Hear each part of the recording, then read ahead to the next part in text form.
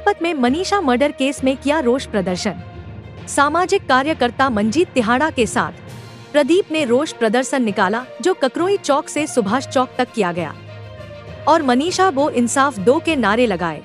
मंजीत तिहाड़ा ने बताया कि जिस प्रकार सरकार और पुलिस लगातार मनीषा के घर वालों पर दबाव बना रही है, ये सरासर गलत है।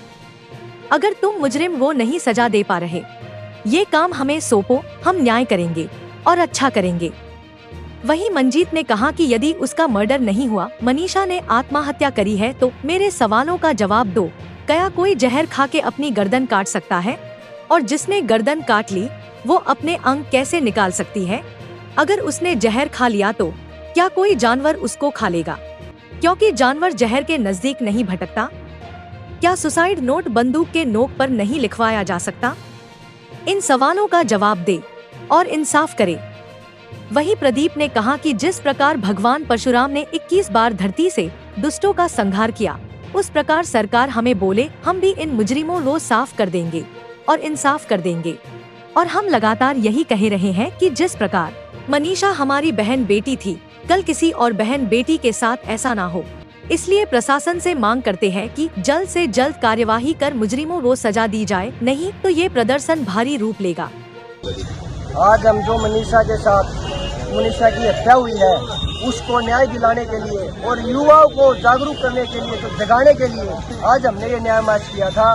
न्याय मार्च हमारा शांतिप्रिय रहा और हमने न्याय मार्च सुभाष चौक से शुरू करके गीताबंद चौक, बस अड्डा, मलाना चौक से इधर पुल के नीचे से होते हुए रेलवे स्टेशन से यहाँ पे अपना सुभाष चौक पे संपन्न किया है। और हमारी सरकार व प्रशासन से यही मांग है, जल्द से जल्द हत्यारों को पकड़ा जाए और उनको फांसी की सजा दी जाए। अगर सरकार प्रशासन कुछ नहीं कर पा रहा तो हम लोगों को बताए, हम जाके हम जिस प्रकार भगवान परशुराम ने जो गौ माता के लिए 21 बार दुष्टों से धरती को वहीन कर दिया था, इसी प्रकार हम उन हत्यारों को धरती से मिटा देंगे। और इसीलिए आज हमने ये न्याय मार्च मनीषा को न्याय दिलाने के लिए ये मार्च किया है। पुलिस के द्वारा उन पर दबाव भी बनाया गया कि अंतिम संस्कार न किया जाना चाहिए। बिल्कुल बनाया गया है, जो न्याय दबाव बनाया गया है, हम उस दबाव को, जो पंचायत बैठी हुई है वहाँ पे, सारे हम परिवार के साथ हैं और उस दबाव को नहीं मानेंगे, बिल्कुल भी नहीं मानेंगे। क्या मांग आपकी प्रशासन? हमारी यही मांग है, जल्द से जल्द हत्यारों को पकड़ा जाए।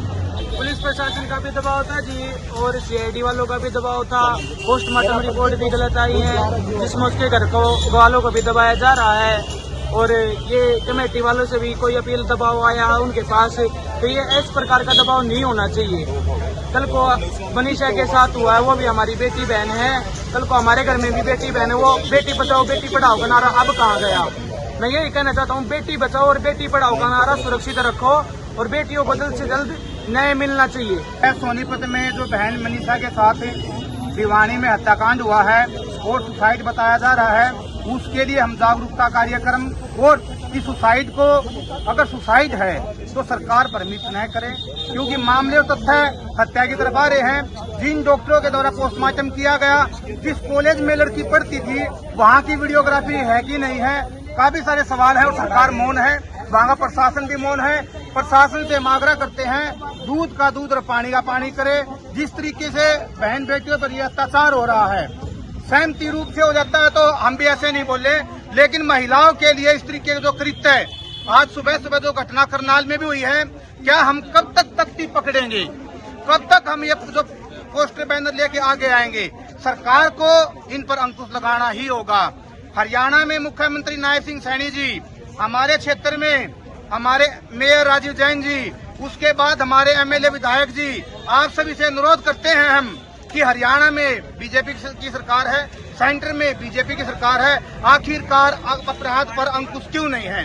हमें अपराध पर अंकुश लगवाने के लिए वो जिस तरह की क्रियाएं बहन बेटियों के साथ दुर्गति, दुर्दांत, हैवानियत हो रही है, उनके ऊपर कानूनी कार्रवाई के साथ साथ सामाजिक रूप से बहिष्कार भी करते हैं। मैं सभी से निवेदन करता हूं, अगर कोई सीबीआई की जांच में ऐसा व्यक्ति मिलता है जिसके द्वारा यह कृत्य किया गया है, वकीलों से मेरा अनुरोध है, कितनी मोटी फीस दे, आप उसका केस भी न लड़े, उनको सीधी फांसी की सजा या फिर जनता को सौंप दे। जो आक्रोश और रोष है, उसकी बोटी बोटी को निकालने का काम हम करेंगे और अपनी बहन को न्याय दिलाने का। मनीषा की जो हत्या हुई है या उसने सुसाइड किया है, कुछ भी पुष्टि सामने नहीं आई। लेकिन डॉक्टर का कहना है कि पॉइजन की बोतल पुलिस की वो थी कि पॉइजन उसने खरीदा है।